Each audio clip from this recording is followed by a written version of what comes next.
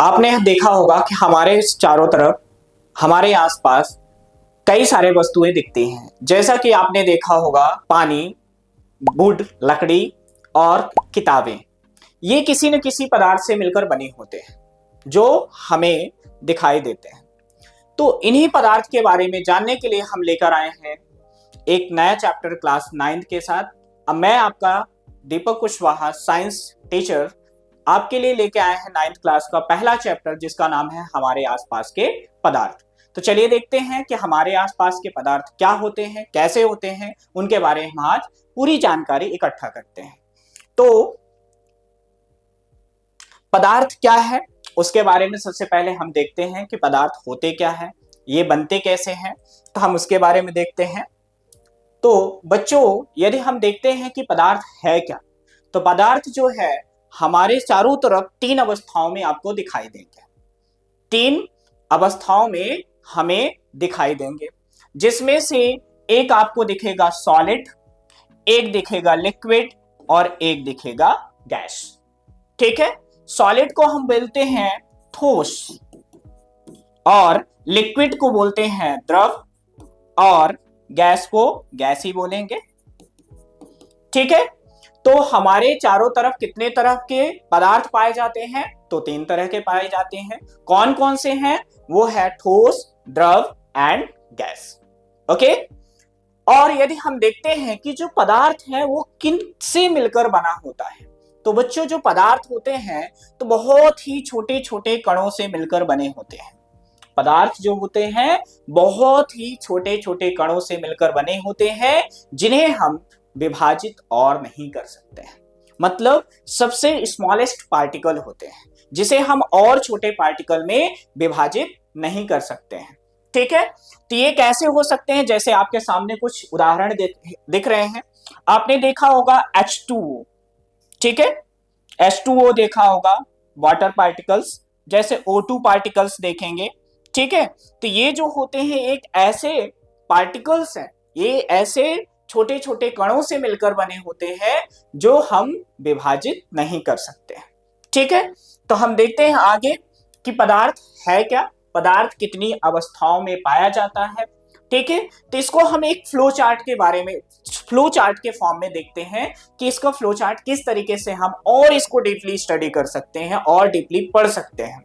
तो हम देखते हैं कि पदार्थ में कौन कौन से गुण होते हैं, कौन कौन से लक्षण होते हैं, गुण होते हैं, कैरेक्टर होते हैं। ठीक है, तो इसमें यदि हम देखते हैं तो पदार्थ की अवस्थाओं में परिवर्तन यदि हम देखें तो पदार्थ किन अवस्थाओं में होता है, कैसे हम इसको क्या कर सकते हैं, पदार्थ को परिवर्तित कर सकते हैं। तो यदि हम देखें तो पदार्थ में तापमान परिवर्तन कर सकते हैं और दाबमान में परिवर्तन करते हैं। ठीक है, यानी ताप में परिवर्तन और दाब में परिवर्तन। ठीक है, ताप मतलब टेम्परेचर, टेम्परेचर में हम क्या करेंगे, चेंजेस करेंगे, जिसमें पदार्थ में चेंजेस आएगा। दाब में यदि हम चेंजेस करते हैं तो दाब के कारण जो पदार्थ में चेंजेस आएगा, ठीक है, परिवर्तन आएगा। यदि हम बेटा तापमान में परिवर्तन करते हैं तो क्या हमें दिखाई देता है, यानी कौन कौन से हमें लक्षण दिखाई देते हैं, किसमें, पदार्थ में। तो यदि हम तापमान में परिवर्तन करते हैं तो तापमान में 2 तरह से परिवर्तन कर सकते हैं। एक, ताप को बढ़ाकर, यानी हम टेम्परेचर को क्या कर सकते हैं, इंक्रीज कर सकते हैं। क्या कर सकते हैं, इंक्रीज कर सकते हैं। दूसरा क्या कर सकते हैं, टेम्परेचर को हम डिक्रीज कर सकते हैं, मतलब हम घटा सकते हैं। ओके, यदि हम टेम्परेचर को बढ़ाते हैं, क्या करते हैं, टेम्परेचर को बढ़ाते हैं, तो इसमें किसमें, पदार्थ में कौन कौन से चेंजेस आते हैं। तो यदि हम टेम्परेचर को क्या करते हैं, बढ़ाते हैं, तो सबसे पहले क्या होगा, गलनांक होगा, फिर क्या होगा, क्वथनांक होगा, क्या होगा, क्वथनांक होगा। ठीक है, उसके बाद क्या होगा, ऊर्ध्वपातन होगा। ठीक है, क्या क्या होगा, क्वथनांक, गलनांक, क्वथनांक, ऊर्ध्वपातन। ठीक है, फिर उसके बाद यदि हम देखते हैं कि टेम्परेचर को क्या करते हैं, घटाते हैं, यानी टेम्परेचर को कम करते हैं, तो कौन से कैरेक्टर दिखाई देंगे।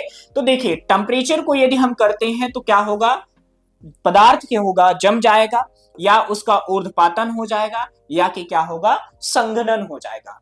अब इन चीजों को हम कैसे देखें? जमना मतलब आपने देखा होगा फ्रीजिंग, जमना मतलब फ्रीजिंग। आपने देखा होगा पानी जो है उसको हम यदि फ्रिज में रख देते हैं तो जम जाता है, बर्फ में कन्वर्ट हो जाता है, परिवर्तन हो जाता है। फिर हम यदि देखते हैं ऊर्ध्वपातन, है ना, तो उसको हम क्या करते हैं, पानी को यदि बाहर रख देते हैं तो अपने आप ही धीरे धीरे किसमें कन्वर्ट होने लगता है, जल में, यानी लिक्विड में कन्वर्ट होने लगता है, यानी सॉलिड लिक्विड में कन्वर्ट हो गया। फिर उसके बाद यदि हम देखते हैं संघनन, तो आपने देखा होगा वेपोराइजेशन, भाप। तो भाप आपने देखा होगा कि जब पानी को हम गर्म करते, हीट करते हैं, तो उससे क्या होता है, गर्म हवा यानी भाप निकलती है। जैसे आप देखिए हमारे पास ये पॉट है, और यदि हम यहाँ पे इसको हीट करते हैं, किसको, वाटर को, इसमें मान लीजिए क्या भरा हुआ है, पानी भरा हुआ है, ठीक है, इसको हम हीट करना स्टार्ट करते हैं तो यहां से वाटर वेपर निकलेंगे। यदि हम इसके ऊपर कुछ क्या कर दें, लगा दें, जिससे हम क्या कर सकें, यदि हम यहाँ पर कुछ रख देते हैं, कोई बर्तन या वगैरह रख देते हैं, तो ये भाप क्या होगी, इससे टकराएगी, और जब ये भाप इससे टकराएगी तो क्या होगा, भाप ठंडी होगी, और भाप ठंडी होगी तो गैस किस में कन्वर्ट हो जाएगा, लिक्विड में, ठीक है। तो जब गैस लिक्विड में कन्वर्ट हो जाएगा, मतलब यहां पर भाप से फिर से किस में कन्वर्ट हो जाएगा, पानी में, तो उस प्रोसेस को हम क्या बोलेंगे, संघनन। क्या बोलेंगे, संघनन।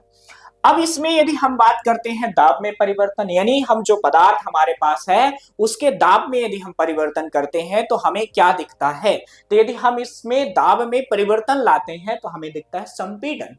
संपीड़न आपने देखा होगा, यदि आप साइकिल चलाते हैं तो बहुत अच्छे से देखा होगा, क्योंकि आप साइकिल में कभी ना कभी हवा भराए होंगे, यानी हवा डलवाए होंगे। जब हम साइकिल में हवा भरते हैं तो पंप के थ्रू भरते हैं, ठीक है। तो आपने देखा उसमें एक पिस्टन लगा होता है, ये पिस्टन होता है इसमें इस तरीके से, और यहां से ये पाइप लगी होती है जो साइकिल में लगती है, ठीक है। इस पिस्टन को यदि हम प्रेस करते हैं, ऊपर नीचे प्रेस करते हैं, तो क्या होता है, हवा जो होती है किसमें जाती है, टायर में, यानी ट्यूब में भरती जाती है, ठीक है। तो इस प्रोसेस को हम क्या बोलते हैं, संपीड़न, ठीक है। तो हम चलिए देखते हैं, एक एक करके टॉपिक पढ़ते हैं कि कौन सा क्या हमें कैरेक्टर शो कर रहा है, ठीक है। तो देखते हैं आगे। तो हम देखते हैं कि पदार्थ है क्या, मैटर है क्या। तो पदार्थ ब्रह्मांड पे का वह अवयव जिसे द्रव्यमान, जिसमें क्या हो बेटा, द्रव्यमान हो, आयतन होता है, तथा जिसे हम क्या कर सकते हैं, अनुभव कर सकते हैं। अनुभव का मतलब फील कर सकते हैं, किसके द्वारा, अपनी ज्ञान इंद्रियों द्वारा। अब ज्ञान इंद्रियां क्या है, तो आप देखेंगे आंख, आप देख सकते हो, हाथ टच कर सकते हो, है ना। फिर और क्या कर सकते हो, स्मेल कर सकते हो, स्मेल करोगे, सूंघोगे, तो उससे क्या होगा, आपको स्मेल का पता चलेगा, ठीक है। तो पदार्थ क्या है, वे अवयव हैं जिनमें क्या होता है बेटा, द्रव्यमान होता है, आयतन होता है, और जिन्हें हम क्या कर सकते हैं, अपनी ज्ञानेंद्रियों द्वारा अनुभव कर सकते हैं, यानी ज्ञानेंद्रियों द्वारा मतलब सेंस ऑर्गन के द्वारा हम अनुभव कर सकते हैं, फील कर सकते हैं, उसे हम क्या कहते हैं, पदार्थ कहते हैं। उसे हम क्या कहेंगे बेटा, पदार्थ कहेंगे, ठीक है। उदाहरण के तौर पे आपने देखा होगा जल, जल को आप क्या कर सकते हो, सभी लोग पानी पीते हो, ठीक है। पानी यदि पीते हो तो फील भी कर सकते हो, यदि गर्म है तो आपको पता चल जाता है कि ये गर्म पानी है, ठंडा है तो आपको पता चल जाता है ठंडा पानी है, ठीक है। उसके बाद वायु, हवा चल रही है तो आपको पता चल जाएगा कि हवा चल रही है। अब हवा कैसे चल रही, गर्म हवा चल रही, ठंडी हवा चल रही, तो वो भी आपको फील हो जाता है। उसके बाद आपने देखा होगा लकड़ी, लकड़ी आपने देखा होगा कि कैसी है, ठोस है, मुलायम है ना। उसके बाद आपने देखा होगा हीरा, हीरा चमचमाता हुआ आपको नजर आएगा, ठीक है। फिर उसके बाद आपने देखा होगा स्टील, स्टील के बर्तन यूज करते हैं, ठीक है, और कांच, ठीक है। आज सभी में क्या होता है, द्रव्यमान होता है। आप उदाहरण के तौर पे ये देख लीजिए, यहां पर पानी है, यहां पर ये क्या है बताइए, यहां पर वायु है। आप देखेंगे कि यहां पर ये क्या है, फैक्ट्री लगी हुई है, यहां से ये स्मॉग निकल रहा, धुआं निकल रहा है, ये निकल रहा धुआं। अब ये धुआं क्या है, कहां जाएगा, इन्वायरमेंट में जाएगा, यानी वातावरण में जाएगा, और इसी को हम क्या करेंगे, बाय द रेस्पिरेशन इनहेल करेंगे। अब इस धुआं में, इस फॉग में क्या क्या है उससे हमें पता चल जाएगा। लाइक एग्जांपल, आपने अगरबत्ती देखा होगा घरों में, अगरबत्ती देखा होगा, या कि आपने देखा होगा धूप देखा होगा, आपने उसको स्मेल किया होगा, तो उससे आपको पता चल जाता है, ठीक है। उसके बाद आपने ये लकड़ी देखा, ये लकड़ी का है, फिर ये स्टील है, और एक कांच का बल्ब, आपने सबके घरों में होता है कांच का बल्ब। इतनी चीजें समझ में आई कि नहीं आई, ठीक है। तो हम आगे देखते हैं। तो आपने देखा कि पदार्थ क्या है, तो ब्रह्मांड का वह अवयव जिसे हम क्या कर सकते हैं, जिसमें आयतन होता है, द्रव्यमान होता है, और जिसे हम अपनी ज्ञान इंद्रियों द्वारा अनुभव कर सकते हैं, उसे हम क्या कहते हैं, पदार्थ कहते हैं, ठीक है। तो हम आगे देखते हैं, पदार्थ का वर्गीकरण, क्लासिफिकेशन ऑफ मैटर्स। हम पदार्थ को कैसे क्लासिफाइड कर सकते हैं, कैसे हम अलग अलग कर सकते हैं, ठीक है। तो देखिए, भारत में प्राचीन दर्शनों को पदार्थ को 5 मूल तत्वों में क्या किया गया है, वर्गीकृत किया है। यानी आप पुराने जमाने में, यानी बहुत पुराने टाइम में जाओगे तो आप देखते थे या सुनते हो पंचतत्व।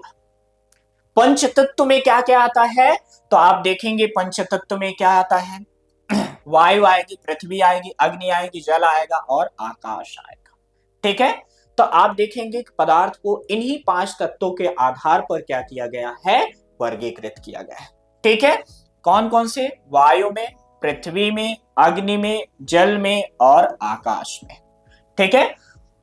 उनके अनुसार इन्हीं 5 तत्वों के सभी वस्तुएं बनी होती हैं, यानी इन्हीं 5 तत्वों से ही क्या होता है, सभी वस्तुएं मिलकर बनी होती है, ओके। फिर आगे देखते हैं, चाहे वो सजीव हो या निर्जीव हो। सजीव और निर्जीव का मतलब क्या होता है, जिसमें जीवन होता है, जो लिविंग फॉर्म में होता है, उसे हम सजीव कहते हैं, और जिसमें जीवन नहीं होता है, जो डेड फॉर्म में होता है, उसे हम निर्जीव कहते हैं, ओके। तो सजीव और निर्जीव दो चीजें, यानी जो लिविंग फॉर्म में है सजीव है, जो नॉन लिविंग फॉर्म में है वो निर्जीव है, ठीक है। उसके बाद हम देखते हैं वर्तमान में, अभी, वर्तमान में मतलब अभी, जो अभी चल रहा है, ठीक है। तो वर्तमान में पदार्थ को उनकी रासायनिक, ध्यान रखना, केमिकल एंड फिजिकल, ठीक है, क्या, केमिकल एंड फिजिकल, ठीक है, प्रॉपर्टीज के बेसिस में क्या किया गया है, बांटा गया है। मतलब रासायनिक, रासायनिक गुण क्या है उसके बेसिस में, और भौतिक गुण क्या है उसके आधार पर क्या किया गया है, पदार्थ को बांटा गया है, ओके। तो पदार्थ को आज के डेट में, मतलब अभी वर्तमान समय में, किन आधारों में बांटा गया है, तो वर्तमान में पदार्थ को उनकी रासायनिक प्रकृति के आधार पर, भौतिक गुणों के आधार पर क्या किया गया है, वर्गीकृत किया गया है, मतलब बांटा गया है। इतनी चीजें समझ में आई कि नहीं है। तो पदार्थ क्या है आपने देख लिया कि पदार्थ होते क्या है, तो जिसे में क्या होता है, आयतन होता है, ठीक है, और स्थान घेरने की क्या होती है, कैपेबिलिटी होती है, उसे हम क्या कर सकते हैं, उन्हें क्या बोलते हैं, पदार्थ बोलते हैं, मतलब जिसे हम फील कर सकते हैं। फिर हम देखते हैं कि पदार्थ का वर्गीकरण क्या है। तो प्राचीन समय में पदार्थ को पंच तत्वों के आधार पर बांटा गया था। पंच तत्व क्या होते हैं, वायु, पृथ्वी, अग्नि, जल और आकाश की बेसिस में, आधार पर क्या किया गया था, पदार्थ को बांटा गया था। उसके बाद यदि हम वर्तमान की बात करते हैं कि वर्तमान में पदार्थ को किन बेसिस में, किन आधार पे बांटा गया है, तो वर्तमान में पदार्थ को उनके रासायनिक और भौतिक गुणों के आधार पर बांटा गया है। इतनी चीजें समझ में आई कि नहीं आई, क्लियर हुआ। तो चलिए बेटा हम आगे बढ़ते हैं। यदि हम आगे बढ़ते हैं तो पदार्थ का वर्गीकरण, क्लासिफिकेशन ऑफ मैटर, तो आप देखिए गुणों के आधार पर, और दूसरा है रासायनिक प्रकृति के आधार पर, ठीक है। गुण का मतलब क्या होता है, लक्षण। जैसे आप ही हो गए, बोलते हैं ना कि तुम अच्छे पढ़ने वाले स्टूडेंट हो, मतलब आपका गुण क्या है, पढ़ने वाला है। फिर बोलते हैं ये बहुत ही बुरा पढ़ने वाला स्टूडेंट है, मतलब आपका आदत क्या है, लक्षण क्या है, ना पढ़ने की। फिर कहते हैं कि ये मीडियम में पढ़ता है, मतलब मस्ती भी करता है और पढ़ता भी है, दोनों काम कर रहा है, तो ये क्या है, मीडियम में। तो ऐसे यहां पर पदार्थ को भी तीन कैटेगरीज में उनके प्रकृति नेचर के बेसिस में क्या किया गया है, विभाजित किया गया है। पहला है ठोस, सॉलिड। क्या है, पहला क्या है बेटा, ठोस, दूसरा क्या है, द्रव, और तीसरा क्या है, गैस। इन्हीं चीजें समझ में आए कि नहीं? यदि हम देखते हैं तो पदार्थ को गुणों के आधार पर कितने तरीके से बांटा गया, तीन टाइप से बांटा गया, ठोस, द्रव और गैस। ओके, जो कि आप देख रहे हैं ये ठोस है, ये द्रव है और ये क्या है, गैस है। ठीक है, आपको एग्जांपल के तौर पे दिया। फिर रासायनिक गुणों के आधार पर यदि हम देखते हैं तो क्या दिया है, एलिमेंट्स एंड कंपाउंड। क्या दिया गया है, एलिमेंट्स एंड कंपाउंड। अब ये एलिमेंट्स क्या है और कंपाउंड क्या है? तो जैसे अभी आपने देखा पदार्थ, तो पदार्थ क्या होते हैं, जो स्थान घेरते हैं, जिसमें आयतन होता है और द्रव्यमान होता है। ठीक है, ऐसे यहां पर केमिस्ट्री में यदि देखोगे, रसायन में यदि देखते हैं तो एलिमेंट्स जो होते हैं और कंपाउंड्स जो होते हैं दोनों अलग अलग हैं। यदि हम एलिमेंट्स की बात करते हैं तो ये क्या होंगे, अकेले। अकेले का मतलब आपने पीरियोडिक में देखा होगा, हाइड्रोजन, ऑक्सीजन, क्लोरीन, फ्लोरीन, ये क्या है, एलिमेंट्स है। क्या है, एलिमेंट्स है। एलिमेंट्स को हम क्या बोलते हैं, तत्व। क्या बोलेंगे बेटा, तत्व। एलिमेंट्स को हम क्या बात करते हैं, तत्व बोलते हैं। और कंपाउंड्स क्या क्या बोलते हैं, यौगिक। क्या बोलते हैं, यौगिक। ठीक है, क्या होते हैं, यौगिक। तत्व एवं यौगिक, दो चीजें आपने देखे। जो तत्व है वो क्या होते हैं, जिसे हम और विभाजित नहीं कर सकते हैं, जो अकेले होते हैं उन्हें हम बोलेंगे तत्व। और जब दो या दो से अधिक तत्व आपस में मिल जाते हैं तो किसका निर्माण करेंगे, यौगिक का। किसका निर्माण करेंगे, यौगिक का। तो यदि हम देखते हैं कि यौगिक है क्या, तो यौगिक में यदि आप देखते हो एग्जाम्पल के तौर पे, उदाहरण के तौर पे, तो होता है, आपने पढ़ा होगा H2O देखा होगा, Cl2 आपने देखा होगा, O2 आपने देखा होगा, CO2 आपने देखा होगा। ठीक है, ओके। तो ये क्या है बेटा, तत्व है और यौगिक है। तत्व क्या होते हैं, सिंगल होते हैं, जिसे हम और विभाजित नहीं कर सकते हैं, वो क्या होंगे, तत्व होंगे। यौगिक क्या होते हैं, जिसको हम क्या करते हैं, दो या दो से अधिक तत्वों से जब मिल जाता है तो क्या निर्माण करता है, यौगिक। ठीक है, यौगिक में आपने क्या देखा, वाटर देखा जिसको हम बोलते हैं H2O, क्लोरीन गैस देखा आपने, Cl2 देखा, फिर आपने क्या देखा, ऑक्सीजन गैस देखा। अब ध्यान रखना, यहां पर ऑक्सीजन अकेले है तो उसे हम बोलेंगे तत्व। क्या बोलेंगे, तत्व। यदि ऑक्सीजन के साथ एक और ऑक्सीजन क्या करता है, रिएक्ट करते हैं, दो हो जाते हैं तो क्या हो जाएगा, यौगिक। ठीक है, अब साधारण सा मैं आपको समझाता हूं, यदि आपको नहीं समझ में आया समझाएं। देखिए, अब प्रेजेंट टाइम में आपने देखा होगा, सभी लोग स्कूल में पढ़ रहे हो तो सभी लोगों के पास क्या होगा, एंड्रॉइड फोन होगा। आपके पास नहीं होगा, आपके पेरेंट्स के पास होगा। तो यदि आप एक अपने फ्रेंड से क्या कर रहे हो, चैटिंग कर रहे हो, तो उसमें आप देखते हो अकेले यदि करते हो, ठीक है, तो उसको ग्रुप बोलोगे क्या, नहीं बोलोगे। क्यों, क्योंकि आपस में बात कर रहे हैं। और जब दो से अधिक, यानी एक दो, अभी दो तुम बात कर रहे हैं, सामने वाला बात कर रहा है, अब दो से जब अधिक हो जाते हैं तो क्या हो जाएगा, ग्रुप। बोलते हैं ना कि हम ग्रुप डिस्कशन कर रहे हैं, ग्रुप पे बातें कर रहे हैं। तो यहां पर भी सेम है, जब एलिमेंट होता है, अकेले होता है, तो उसे हम क्या बोलेंगे, एलिमेंट्स बोलेंगे, यानी तत्व बोलेंगे। और जब दो या दो से अधिक एलिमेंट, यानी दो या दो से अधिक लोग हो गए तो ग्रुप बोले। तो यहां पर जब दो या दो से अधिक क्या हो जाते हैं, एलिमेंट्स मिल जाएंगे, तो किसका फॉर्मेशन करेंगे, यौगिक का, मतलब कंपाउंड्स का। ठीक है, इतनी चीजें क्लियर हुई कि नहीं? तो यहां पर हमने आपके क्या देखा, यहां पे हम भौतिक गुणों के आधार पर देखा कि ठोस कितने टाइप के हैं, तीन टाइप के। कौन कौन से हैं, ठोस, द्रव, गैस। यानी यदि हम भौतिक गुणों के आधार पर देखते हैं तो पदार्थ कितने टाइप के हैं, तीन टाइप के। कौन कौन से, ठोस, द्रव, गैस। ठीक है, इसके बाद यदि हम देखते हैं रासायनिक गुणों के बेसिस में कितने टाइप के होते हैं, दो टाइप के। कौन कौन से होते हैं, तत्व और यौगिक। तत्व क्या होते हैं, सिंगल होते हैं, जो अविभाज्य होते हैं, जिसे हम विभाजित नहीं कर सकते हैं। लेकिन यौगिक जो होते हैं, जब दो या दो से अधिक तत्व आपस में मिल जाते हैं तो यौगिक का निर्माण करते हैं। उदाहरण के तौर पर आपने देखा, वाटर देखा, ऑक्सीजन देखा, क्लोरीन देखा, ये क्या होते हैं, यौगिक होते हैं। ठीक है, तो हम आगे देखते हैं। यदि हम देखते हैं पदार्थ की भौतिक प्रकृति, यानी फिजिकल प्रॉपर्टी ऑफ मैटर्स। ठीक है, क्या देखते हैं? फिजिकल प्रॉपर्टी या फिजिकल नेचर ऑफ मैटर। ठीक है, किसके बारे में देख रहे हैं? फिजिकल नेचर ऑफ मैटर के बारे में हम देख रहे हैं। ठीक है, अब फिजिकल नेचर ऑफ मैटर के बारे में यदि हम देखते हैं और आगे बात करते हैं, ठीक है, तो प्रत्येक पदार्थ निश्चित कणों से बना होता है। ठीक है, मतलब जो पदार्थ होता है, प्रत्येक पदार्थ जो होता है एक पर्टिकुलर, एक फिक्स कणों से मिलकर बना होता है। ठीक है, फिर जो आकृति, आकार और प्रकृति में अन्य प्रकार के पदार्थों से क्या होता है? भिन्न होता है। मतलब क्या? जैसे आप देखेंगे, हम किसकी बात कर रहे हैं? पदार्थों की भौतिक गुण की। ठीक है, यानी फिजिकल नेचर ऑफ मैटर।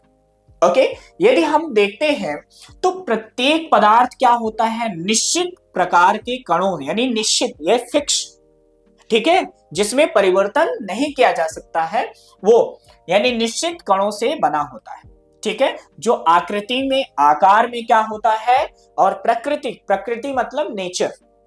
ठीक है, ध्यान रखना, आकृति मतलब शेप होता है, आकार मतलब वो भी शेप, लेकिन आकृति और आकार में क्या डिफरेंसेस है? ध्यान रखना, आकृति और आकार दोनों अलग अलग चीजें होती हैं, लेकिन शो करती हैं सेम। ठीक है, यानी एक साइज को, एक शेप को। ठीक है, फिर अगला क्या है? प्राकृतिक। प्रकृति मतलब नेचर, तुम्हारा प्रकृति कैसी है उसके अन्य प्रकार के पदार्थों से क्या होते हैं? भिन्न होते हैं। यानी जो पदार्थ के भौतिक गुणों में यदि देखोगे कि जो पदार्थ होते हैं सभी एक दूसरे से क्या होते हैं? भिन्न होते हैं। लाइक एग्जांपल, जैसे आप देखेंगे कि सॉलिड, गैस, लिक्विड। ठीक है, ठोस, द्रव, गैस। ठोस आप देखोगे, ठोस का नेचर कुछ और है, शेप अलग है। ठीक है, फिर आप देखोगे द्रव, तो सभी द्रव का क्या एक ही जैसा नेचर होता है? नहीं होता ना। पानी का अलग है, पेट्रोल का अलग है ना, और ऑयल का अलग है। तीनों का नेचर अलग अलग है, लेकिन प्रकृति दोनों की सेम है, तीनों की सेम है। क्या क्या है? एक, तीनों की क्या है? लिक्विड, द्रव है, तीनों द्रव अवस्थाओं में है, लेकिन नेचर सभी का क्या है? अलग अलग है।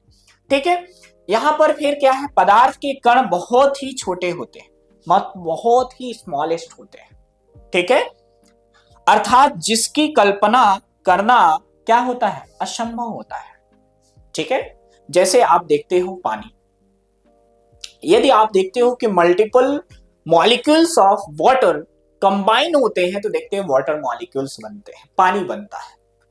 लेकिन यदि आपको बोला जाए कि आप पानी के एक कण को देखा है या आप देख सकते हो, तो पॉसिबल नहीं होता है नॉर्मली आंखों से, यानी नेकेड आंखों से। ठीक है, साधारण आंखों से हम पानी के एक मॉलिक्यूल को, एक अणु को नहीं देख सकते। ठीक है, तो यहां पर भी है कि जो पदार्थ के कण है बहुत क्या है? छोटे हैं, बहुत ही स्मॉल है, छोटे हैं। अर्थात जिसकी कल्पना करना क्या है? असंभव, जिसको हम कल्पना ही नहीं कर सकते, सोच ही नहीं कर सकते जिसके बारे में। ठीक है, होते हैं जिन्हें नग्न, नग्न मतलब नॉर्मल आंखों से देखा ना असंभव है, मतलब जिसे हम अपनी नॉर्मल आंखों से देख नहीं सकते हैं। ठीक है, उसे अपन क्या बोलेंगे? पदार्थ कहते हैं। क्या बोलेंगे? पदार्थ कहते हैं। इतनी चीजें समझ में आई कि नहीं आई? ठीक है, तो क्या है पदार्थ की भौतिक प्रकृति में? पहला पॉइंट क्या है? प्रत्येक पदार्थ निश्चित कणों से बने होते हैं। प्रत्येक पदार्थ निश्चित कणों से बनकर बने होते हैं, जिनकी आकार, आकृति क्या होती है? अन्य कणों से भिन्न होती है। ठीक है, फिर अगला क्या है? पदार्थ के कण बहुत ही छोटे होते हैं, यानी जो पदार्थ है उनके मॉलिक्यूल्स जो होते हैं बहुत ही छोटे होते हैं, जिनकी कल्पना हम क्या नहीं कर सकते, जिनके बारे में हम बहुत नहीं सोच सकते हैं। ठीक है, और ये क्या होते हैं? नग्न आंखों से दिखाई नहीं देते हैं।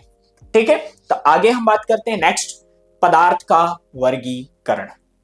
ठीक है, पदार्थ का वर्गीकरण यानी क्लासिफिकेशन ऑफ मैटर के हम बारे में देखते हैं। किसके बारे में देख रहे हैं? Classification of matter. ठीक है, तो पदार्थ के कण निरंतर गति करते हैं, मतलब क्या होता है? आप देखेंगे नॉर्मली कि यदि कहीं से एक छोटा सा कोर है, देखिए यहां पर यदि आपने देखा कि ये क्या है? सॉल्यूशन है हमारे पास, मान लीजिए एक लिक्विड दिया हुआ है। ठीक है, इसमें मान लीजिए हमने क्या दिया है? ये, ठीक, अब यहां पर क्या है, डे मॉलिक्यूल्स है, ये वाटर मॉलिक्यूल्स है, डाइमॉलिक्यूल्स। डाइमॉलिक्यूल्स का मतलब होता है वर्णक, पिगमेंट, ठीक है। और यहां पर क्या है, ये वाटर मॉलिक्यूल है। यदि आप इसमें दो ड्रॉप यदि किसी भी वर्णक की यदि मिला देते हो, तो आप देखोगे कि ये जो मॉलिक्यूल है वो आपस में पानी में घुलना स्टार्ट कर देते हैं, ठीक है। आप देखेंगे कि कोई भी कलर यदि पानी में मिला देते हो और उसको क्या करते हो, चलाते रहते हो, तो देखते हो पानी का पूरा कलर क्या होता है, चेंज हो जाता है। किसके जैसा हो जाता है, उस डाई के, उस वर्णक के, उस कलर के, उस रंजक के समान हो जाता है, ठीक है। जैसे यहां पर आप देख रहे हो, यहां पर डाई का 2 ड्रॉप जैसे इसमें डाला, किसमें, पानी में, किसमें डाला, पानी में। जब 2 ड्रॉप पानी में डाला तो आपने देखोगे कि यहां पर इसके मॉलिक्यूल इसके सराउंडिंग में चारों तरफ क्या हो गए, ये फैलने लगे, ये क्या हो गए हैं, फैलने लगे, ठीक है। और ये धीरे धीरे क्या होंगे, पूरे ग्लास के पानी में क्या हो जाएंगे, ये फैल जाएंगे। समझ में आया कि नहीं आया, ठीक है। तो इसी तरह से क्या होते हैं पदार्थ, पदार्थ में क्या होते हैं, कंटिन्यूअसली मूवमेंट होता है, ये लगातार क्या कर रहे हैं, गति कर रहे हैं। तो तापमान बढ़ाने से कणों की गति तेज हो जाती है, क्योंकि कणों की गतिज ऊर्जा बढ़ जाती है। गतिज ऊर्जा को हम बोलते हैं काइनेटिक एनर्जी। क्या बोलते हैं, काइनेटिक, ठीक है, एनर्जी, ठीक है, क्या बोलेंगे, काइनेटिक एनर्जी, ठीक है।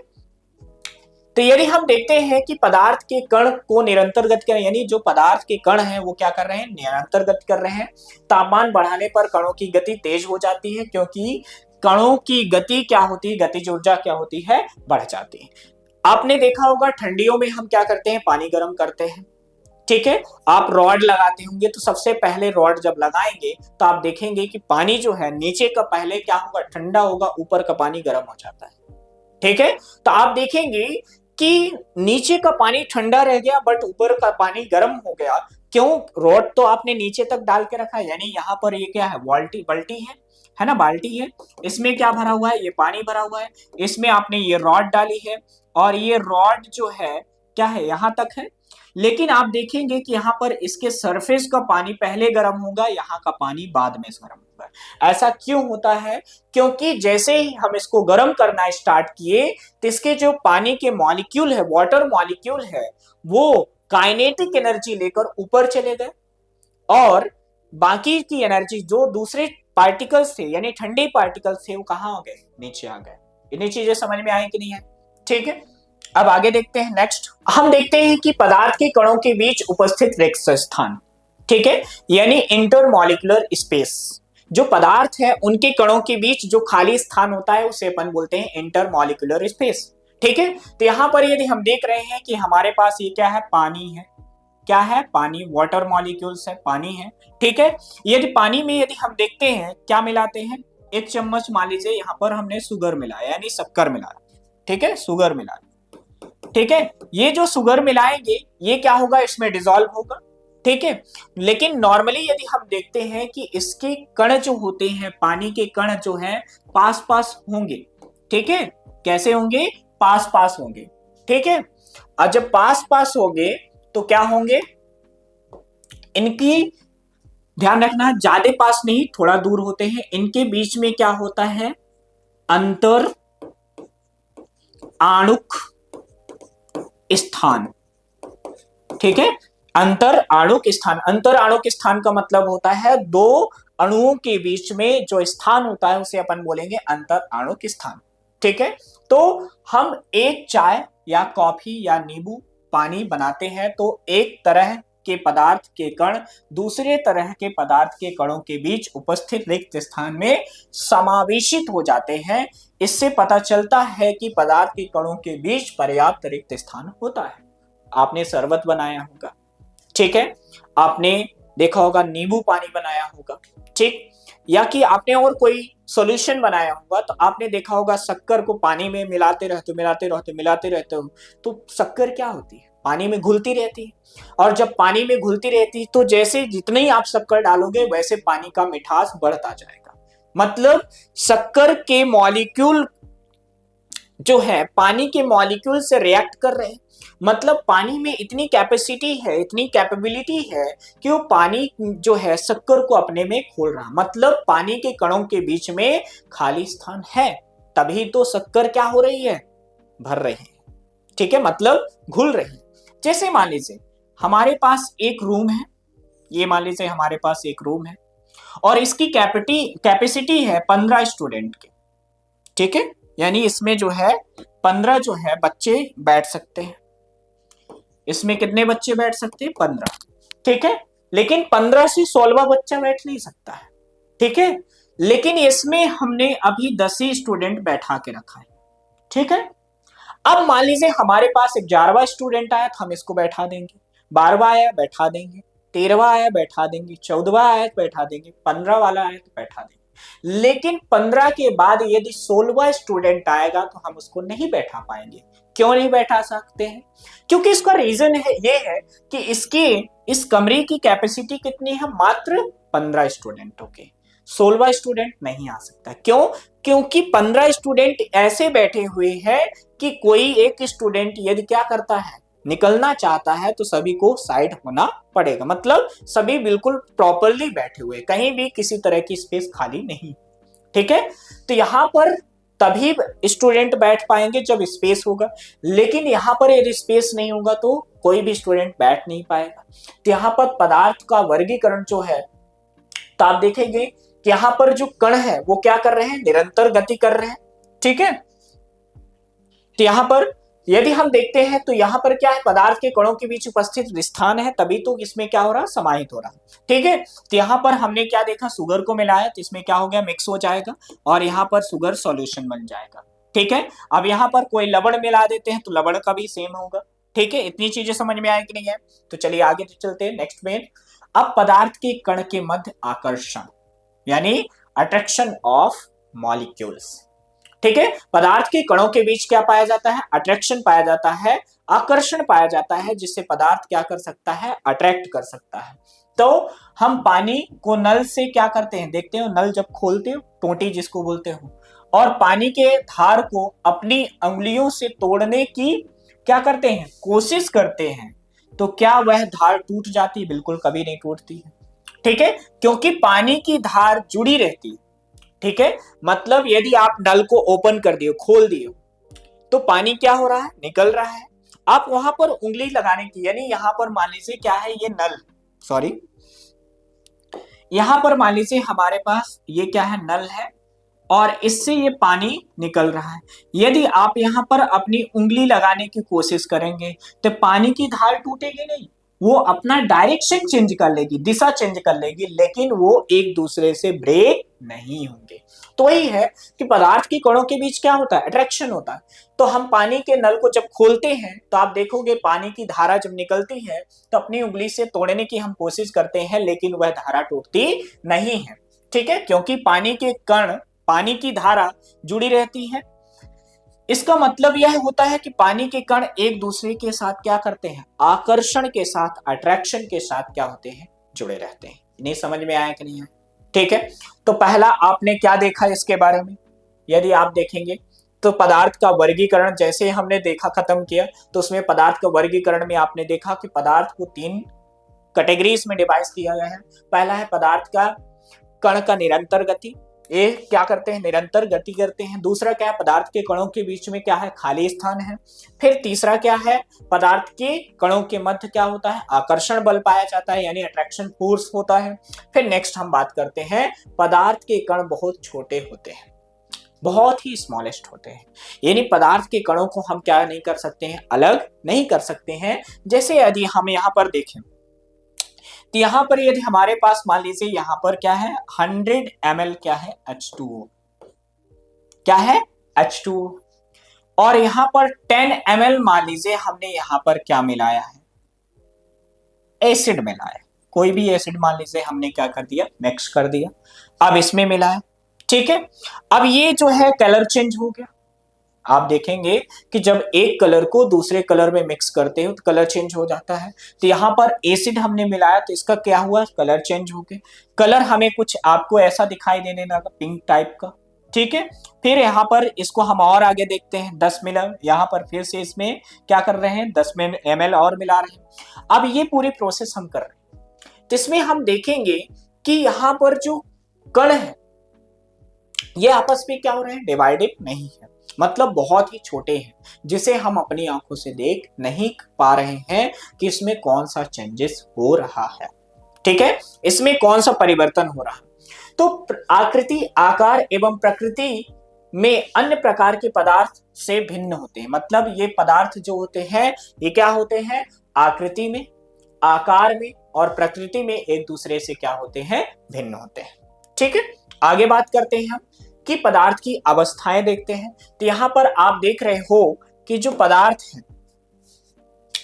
तो पहला क्या है, सॉलिड, दूसरा क्या है, लिक्विड, तीसरा क्या है, गैस। आप सॉलिड में देखेंगे तो सॉलिड पार्टिकल्स जो होते हैं वो बहुत ही क्या होते हैं, देखिए यहां पर यदि हम देखें तो यहां पर ये सॉलिड पार्टिकल है, इसके जो अणु हैं यानी अणु या परमाणु जो है ये आपस में क्या है, जुड़े हुए हैं, बहुत ही आकर्षण के साथ ये क्या होते हैं, जुड़े होते हैं। ठीक है, यहाँ पर बहुत ही एनर्जी के साथ एक दूसरे से जुड़े हैं। लेकिन यही चीज यदि आप यहाँ पर देखेंगे, कहां पर देखेंगे, पार्टिकल्स में यानी लिक्विड में यदि हम देखते हैं तो लिक्विड में क्या होता है, ये इसके जो कण होते हैं ये दूर दूर होते हैं। ठीक है, क्यों, क्योंकि जब ठोस के कण देखोगे तो ठोस के कण क्या होते हैं, पास पास होते हैं। ठीक है, द्रव के जो कण होते हैं थोड़ा दूर होते हैं और गैस के जो होते हैं बहुत ही दूर होते हैं। ठीक है, तो यहां पर यदि हम ठोस में देख रहे हैं तो ठोस के जो कण है बहुत पास है। ठीक है, लिक्विड में है तो क्या है, थोड़ा सा दूर दूर है, और क्या है, गैस में बहुत दूर दूर होते हैं।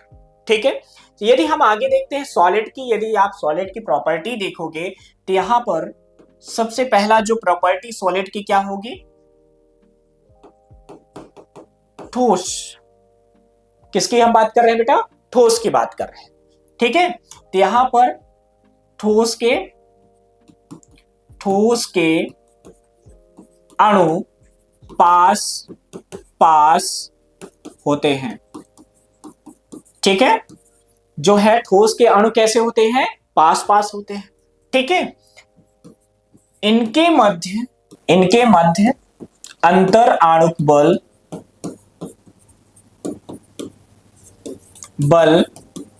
अधिक होता है। यदि इनके मध्य अंतर आणुक बल यदि अधिक नहीं होगा तो ये क्या हो जाएंगे, टूट जाएंगे, ब्रेक हो जाएंगे। आपने देखा होगा ठोस इसीलिए क्या होते हैं, टूटते नहीं हैं। ठीक है, मजबूती के साथ जुड़े होते हैं, उनको हम ब्रेक नहीं कर सकते। जैसे मेरे पास ये पेन है, इसको हम तोड़ नहीं सकते। क्यों नहीं तोड़ सकते, क्योंकि इसके जो पार्टिकल है बहुत ही पास पास है। ठीक है, लेकिन आप वही चीज देखोगे लिक्विड में क्या होता है, उसके अणु दूर दूर होते हैं, इसलिए आप देखते हो लिक्विड में क्या होते हैं, फ्लूइडिटी होती है यानी बहने लगता है। लेकिन ठोस कभी बहता है, नहीं बहता है, कभी भी ठोस को बहते हुए आपने नहीं देखा हो। लेकिन वहीं पे आप देखेंगे कि लिक्विड में जो होता है, गैस में जो होता है, फ्लूइडिटी होती है यानी बहने की कैपेबिलिटी होती है। तो यहाँ पर जो है क्या है, यदि यहाँ पर आपने देखा क्या, किसके बारे में, गैस यानी लिक्विड के बारे में।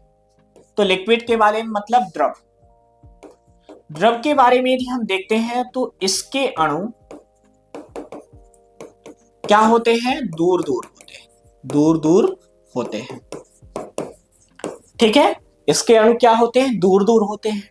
ठीक है,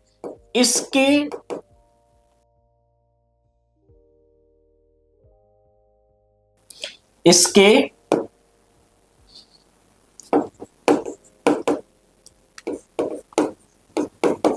अणुओं के मध्य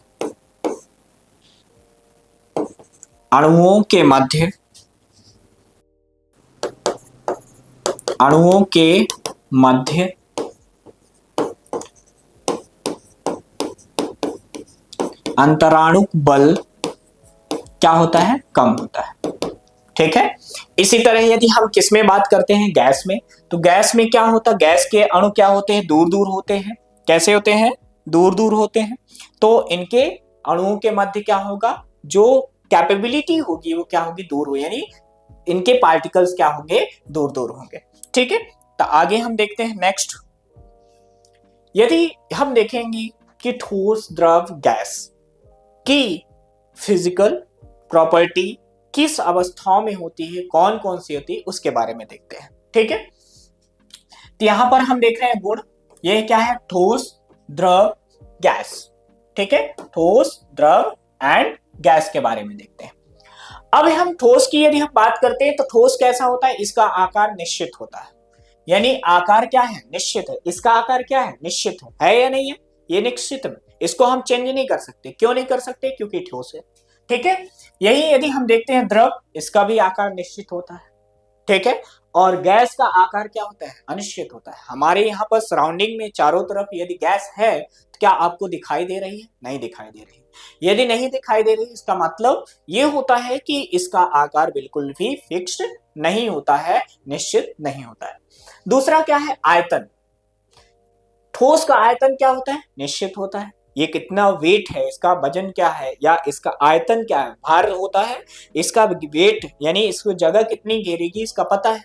ठीक है, तो इसका आयतन क्या है, निश्चित है। द्रव का आयतन क्या है, निश्चित है। लेकिन गैस का आयतन निश्चित नहीं होता है, ध्यान रखना, फिक्स नहीं होता है।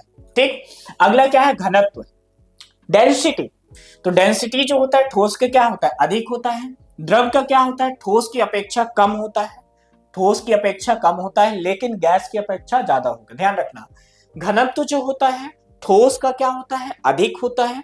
द्रव का जो होता है ठोस से कम, गैस से ज्यादा।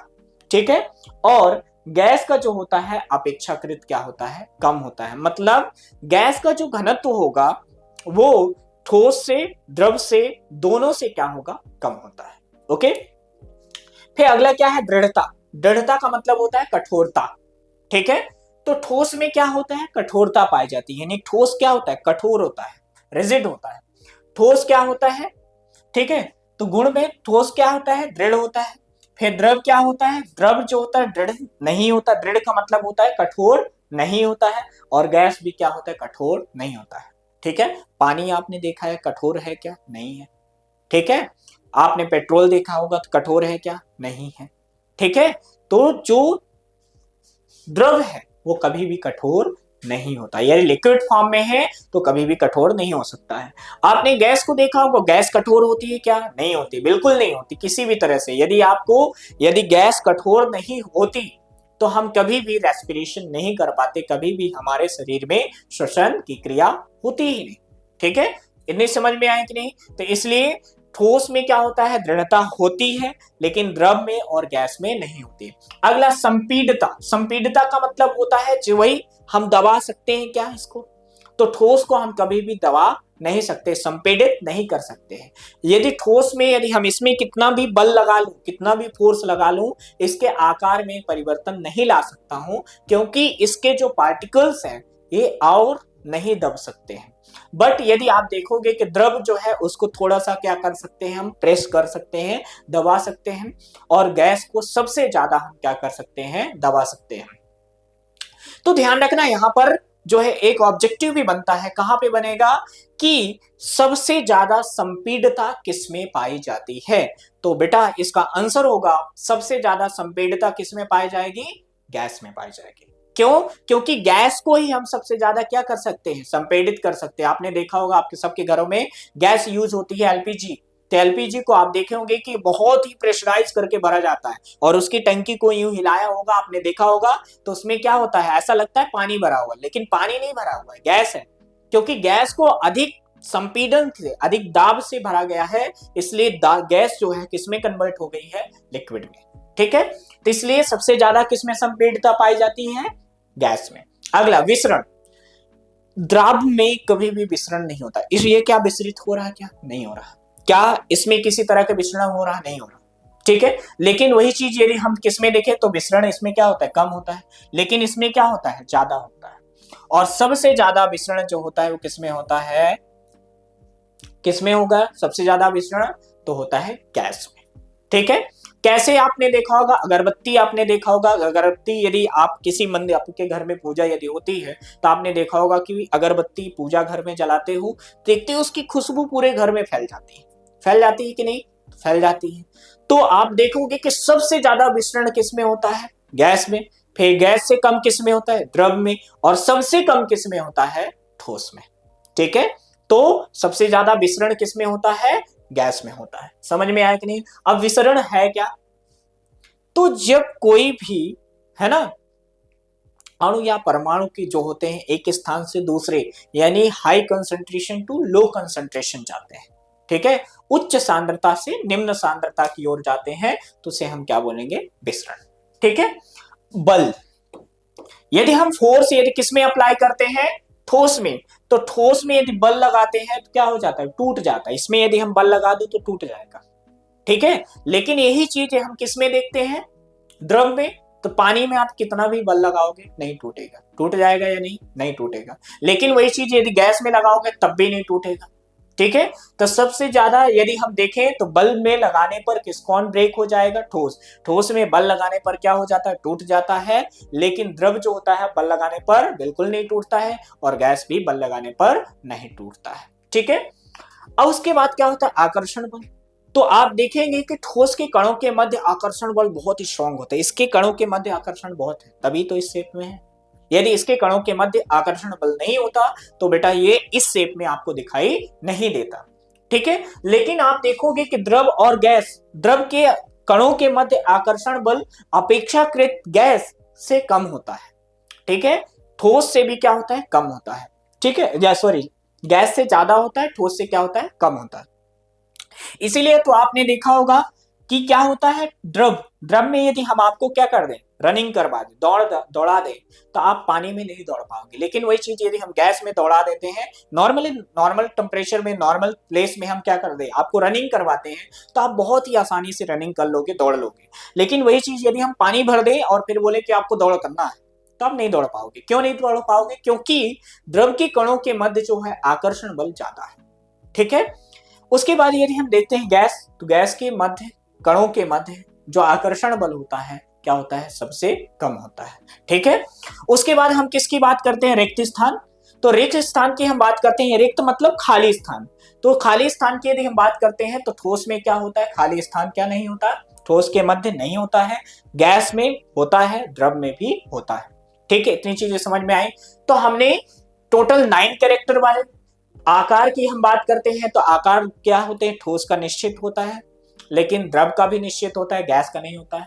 आयतन जो होता है ठोस का निश्चित होता है, द्रव का निश्चित होता है, लेकिन गैस का निश्चित नहीं होता है। घनत्व, घनत्व जो होता है द्रव का अधिक होता है, गैस का क्या होता है? अपेक्षाकृत क्या होता है? कम होता है। और गैस का सबसे कम, द्रव का सबसे कम, यानी सॉरी गैस का सबसे कम। दृढ़ता, दृढ़ता की यदि हम बात करते हैं तो ठोस सबसे ज्यादा कठोर होता है, फिर उससे कम क्या होता है? द्रव होता है, फिर सबसे कम क्या होता है? गैस होता है। फिर उसके बाद संपीड़ितता यदि हम देखते हैं तो संपीड़ितता, ये क्वेश्चन ध्यान रखना ओटी में आता है, ऑब्जेक्टिव टाइप क्वेश्चंस में आता है, आपसे पूछ लेता है कि सबसे ज्यादा संपीड़ितता किसमें होती है, ठीक है। तो संपीड़ितता किसमें होती है? ठोस में सबसे कम होती है, गैस में उससे ज्यादा होती है, सॉरी द्रव में उससे ज्यादा होती है, गैस में सबसे ज्यादा होती है। उसके बाद विसरण, विसरण सबसे ज्यादा किसमें होता है? गैस में। किसमें होता है? गैस में। ठोस में बहुत कम होते हैं, बहुत रेयर होता है, लेकिन द्रव में जो है ठोस की अपेक्षा ज्यादा होता है, लेकिन गैस में जो होता है सबसे ज्यादा विसरण होता है, ठीक है। उसके बाद बल, यदि हम ठोस पे बल लगाते हैं तो क्या हो जाता है? टूट जाता है। द्रव में यदि बल लगाते हैं तो नहीं टूटता है, गैस में लगाते हैं तो बिल्कुल नहीं टूटेगा, ठीक है। आकर्षण, यदि आकर्षण की हम बात करते हैं तो ठोस के कणों के मध्य आकर्षण जो होता है सबसे ज्यादा होता है। द्रव के जो कण है उसके में जो है अपेक्षाकृत ठोस, ठोस से कम होता है, और गैस में सबसे कम होता है। फिर उसके बाद हम क्या बोलते हैं? रिक्त स्थान। रिक्त स्थान की यदि हम बात करते हैं तो ठोस के कणों के मध्य रिक्त स्थान जो होता है क्या होता है? कम होता है, बहुत ही कम होता है। द्रव के उससे ज्यादा होता है, और गैस में सबसे ज्यादा होता है, ठीक है। तो ये चार्ट आपने देख लिया। ये आप देखेंगे कि एक तरह से कंपैरिजन है, यानी अंतर है किसके बीच में? ठोस, द्रव और गैस के बीच में। इतनी चीजें समझ में आए कि नहीं आए? यदि आ गई होगी तो हम आगे देखते हैं। आगे हम देखते हैं विसरण। किसकी बात करते हैं? विसरण के बारे में। अब विसरण के बारे में देखते हो तो यहां पर क्या चल रही है भैया? अगरबत्ती। क्या चल रही है? अगरबत्ती। तो यदि अगरबत्ती आपने देखा होगा तो जलाया भी होगा, पूजा करते हो, ठीक है। तो यहां पर क्या चल रही है? अगरबत्ती ये चल रही है, ठीक है। और ये अगरबत्ती चल रही तो इसका ये जो फॉग है, धुआं, जिसको क्या बोलेंगे? धुआं। अब ये धुआं कहां तक आएगा? ये स्मेल करते हुए यहां नाकों तक आएगा। अब इससे आपको क्या पता चलता है? खुशबू पता चलती है। क्या पता चलती है? खुशबू। तो यहां पर धुआं का अमाउंट यानी क्या है? ज्यादा है। क्या है? ज्यादा है। यहां पर क्या है? धुआं का अमाउंट क्या है? धुआं क्या है? कम है। ठीक है, तो यहां पर धुआं कहां से कम से ज्यादा की ओर जा रही कि ज्यादा से कम की ओर? तो ज्यादा से कम की ओर। तो जब ज्यादा होगा तो इसकी सांद्रता यहां पर क्या होगी बेटा? यहां पर सांद्रता क्या होगी? यदि हम किसकी बात करते हैं? सांद्रता। सांद्रता का मतलब होता है कंसंट्रेशन। तो यदि हम यहां पर किसकी बात कर रहे हैं? सांद्रता की। तो यहां पर सांद्रता क्या होगी? ज्यादा होगी। क्या होगी? ज्यादा होगी। और यहां पर यदि हम किसकी बात करते हैं? सांद्रता की बात करते हैं, तो सांद्रता यहां पर क्या होगी बेटा? कम होगा। क्या होगा? कम होगा। यहां पर ज्यादा, यहां पर कम, यहां पर ज्यादा, यहां पर कम, तो ज्यादा से कम की ओर। तो उच्च सांद्रता से निम्न सांद्रता की ओर, उच्च सांद्रता से निम्न सांद्रता की ओर। इसे ये समझ में आया? तो यही है यहाँ पर गैसों की उच्च विसरण प्रवृत्ति के कारण, है ना, पके हुए गर्म खाने की महक, वही खुशबू, हमारे आसपास तक कुछ ही क्षणों में पहुंच जाती है। ठीक है, आप देखते हो कि बहुत टेस्टी खाना बन रहा, आप किससे पता लगाते हो? स्मेल से, यानी खुशबू से। यदि आप देखते हो कि बहुत ही टेस्टी, बहुत ही यानी लजीज खाना बन रहा है, तो आप देखते हो कि इसकी मात्र खुशबू मात्र से आप बोलते हो बहुत अच्छा खाना बन रहा है। ठीक है, तो खाना कैसे पता चला? आपके पास खुशबू आई है। क्या आई है? खुशबू। वो आए कहां से? गैस से। गैस से क्या होकर? उड़कर आई है। ठीक है, पहुंच जाती, खाने की गंध के कारण वायु में मिल जाते हैं, यानी जो उसकी खुशबू है कहाँ मिल जाते हैं? वायु में मिल जाते हैं, और रसोई से फैलकर हम तक पहुंच जाते हैं। यानी रसोई से कहां तक पहुंच जाती है? आप तक।